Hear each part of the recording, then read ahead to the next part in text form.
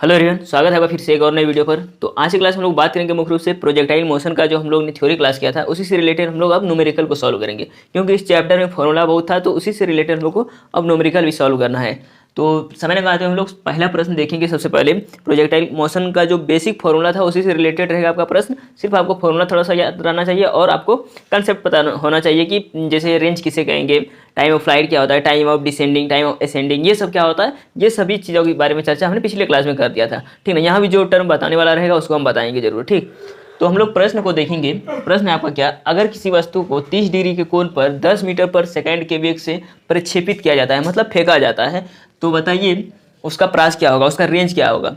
सवाल आपको समझ में आया? सवाल बोल रहा है कि अगर किसी वस्तु को कोई हमने बॉडी लिया या कोई ऑब्जेक्ट लिया, उसको हम क्या कर रहे हैं, प्रक्षेपित कर रहे हैं कितने डिग्री के कोण से, 30 डिग्री के एंगल से। ठीक ना, और वो उसका जो वेलोसिटी है उस वस्तु का वो कितना 10 मीटर पर सेकंड है। ठीक, तो बताइए कि कितना रेंज होगा, इस वस्तु को हमने जो फेंका वो कितना रेंज पर ये वस्तु कहीं जाके गिरेगा।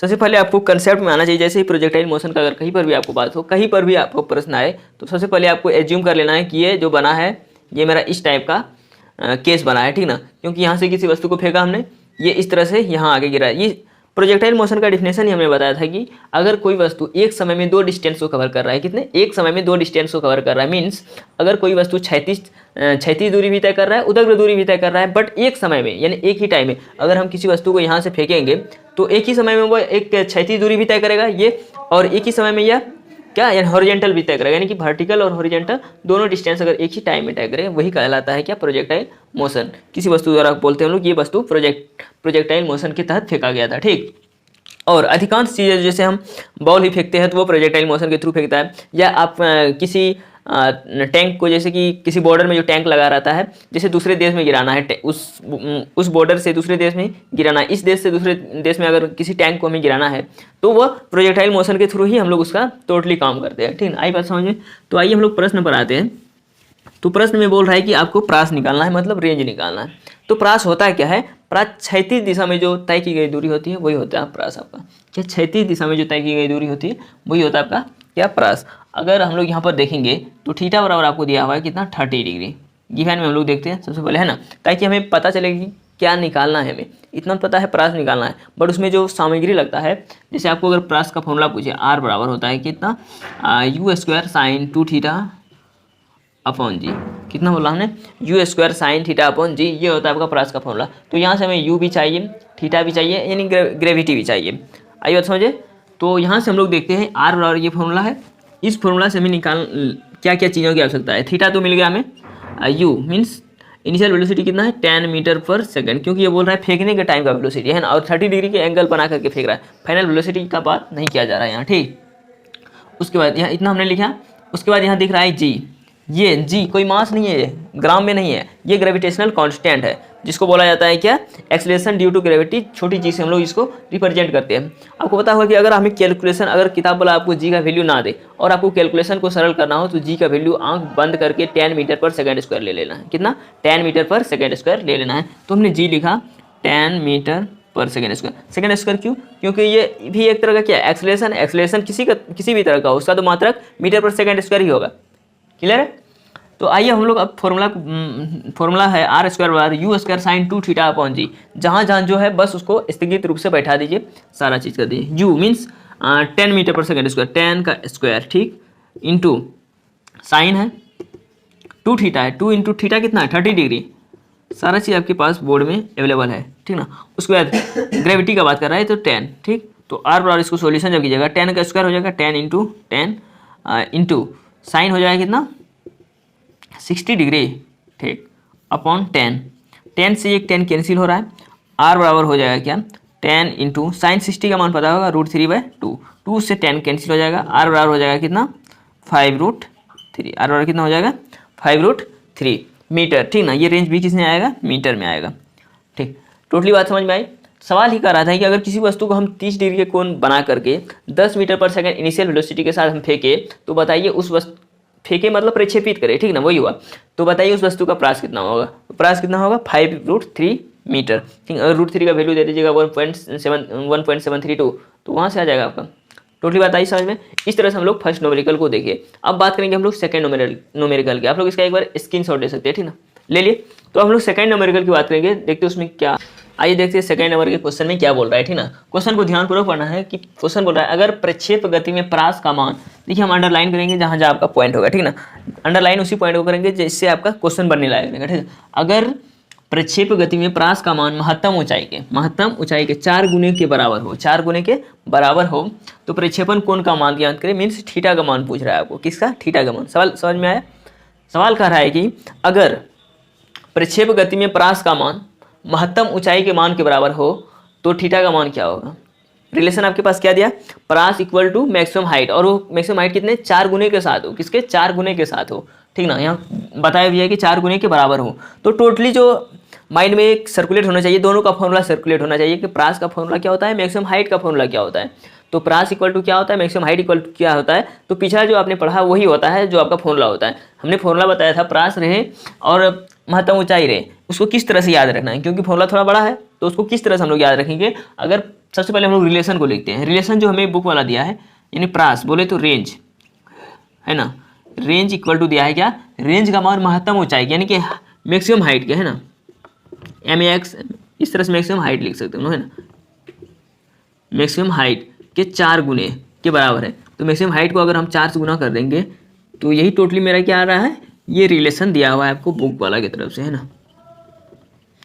देखिए कितना सॉल्यूशन कितना इजी है इसका, ठीक ना। क्वेश्चन पढ़ के घबराना नहीं है, बस आपको बुक वाला दिया क्या है उतना लिख लीजिए, आपको क्या करना है वो अपनी तरफ से कीजिए, ठीक। बुक वाला दिया कि range equal to maximum height into 4, इतना बुक वाला दे दिया। अब बुक वाला पूछा कि इन दोनों के फॉर्मूला से आप हमें थीटा का एंगल, इन दोनों के बीच का एंगल निकाल दीजिए हमें। प्रास के यानी कि प्रक्षेपण कोण का जो हमने किसी वस्तु को अगर फेंका, पहले वाला जो हमने अभी न्यूमेरिकल किया उसमें कितना 30 डिग्री के कोण से फेंक रहा था, 10 मीटर पर सेकंड स्क्वायर वेलोसिटी से, इनिशियल वेलोसिटी से, ठीक ना।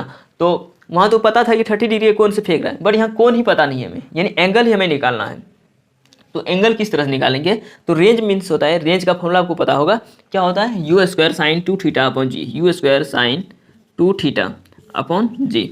हम एक आप सबको सलाह देंगे कि ये जो एंगल है 2 थीटा, इसको आप हमेशा स्मॉल ब्रैकेट में रखें ताकि देखने में ठीक लगे और पता भी चले कि एंगल है ये, है ना। तो इसके बाद हम लोग लिखेंगे इक्वल टू में क्या, 4 को आगे कर देते हैं ना, 4 इंटू मैक्सिमम हाइट। अब पूछ रहा है आपको क्या, हाइट का फॉर्मूला क्या होगा। हाइट का फॉर्मूला होता है U square sign square theta upon 2g। क्या होता है, U square sign square theta upon 2g, यही तो होता है आपका, ठीक ना।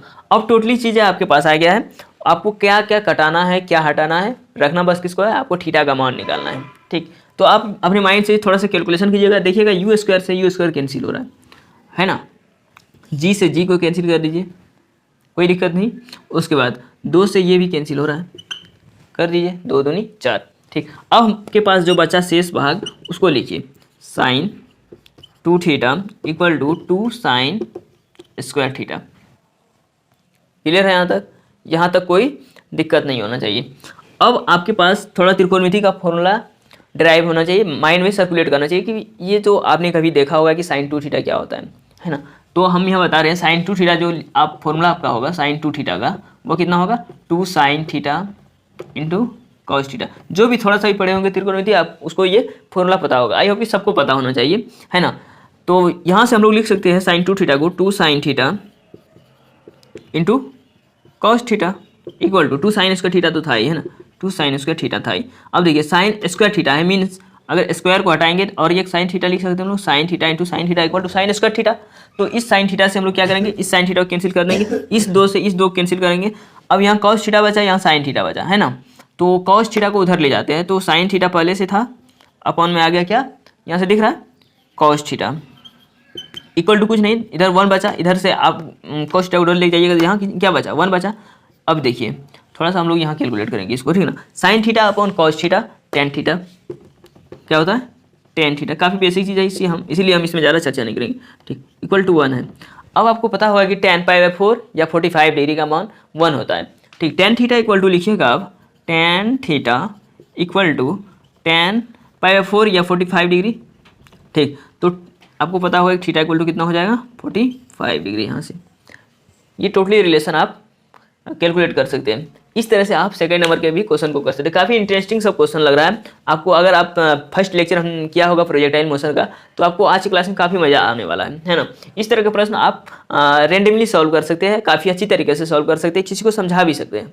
ठीक है, आई होप कि आपको ये प्रश्न भी समझ में आया होगा। तो हम लोग नेक्स्ट प्रश्न को देखते हैं।